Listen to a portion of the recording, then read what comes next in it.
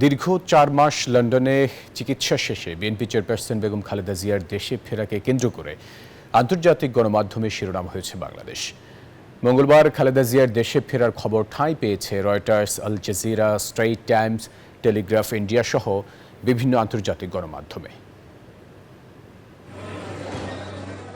দেশের মতো আন্তর্জাতিক সংবাদ মাধ্যমগুলোতেও লন্ডনে চিকিৎসা শেষে খালেদা জিয়ার দেশে ফেরার খবর ছিল চোখে পড়ার মতো। মার্কিন সংবাদ মাধ্যম এবিসি নিউজ শিরোনাম করেছে, বাংলাদেশের সাবেক প্রধানমন্ত্রী খালেদা জিয়া ফেরায় নির্বাচনের চাপ বাড়ছে। খালেদা জিয়ার দেশে ফেরা নিয়ে প্রতিবেদন করেছে ব্রিটিশ সংবাদ মাধ্যম রয়টার্স। বিএনপি চেয়ারপারসনের দেশে ফেরার সংবাদ প্রকাশ করেছে কাতার ভিত্তিক সংবাদ মাধ্যম আল জাজিরা।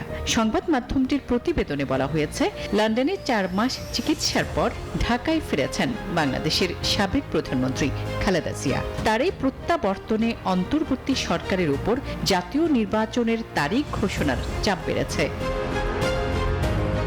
মালয়েশিয়ার সংবাদ মাধ্যম স্ট্রেইট টাইমস শিরোনাম করেছে, বাংলাদেশের অসুস্থ সাবেক প্রধানমন্ত্রী খালেদা জিয়া বাসায় ফিরেছেন।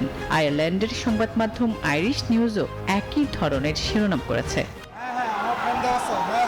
খালেদা জিয়ার দেশে ফেরার সংবাদ স্থান পেয়েছে ভারতীয় সংবাদ মাধ্যমগুলোতেও। টেলিগ্রাফ ইন্ডিয়া শিরোনাম করেছে, যুক্তরাজ্যে চিকিৎসা শেষে দেশে ফিরলেন বাংলাদেশের সাবেক প্রধানমন্ত্রী খালেদা জিয়া।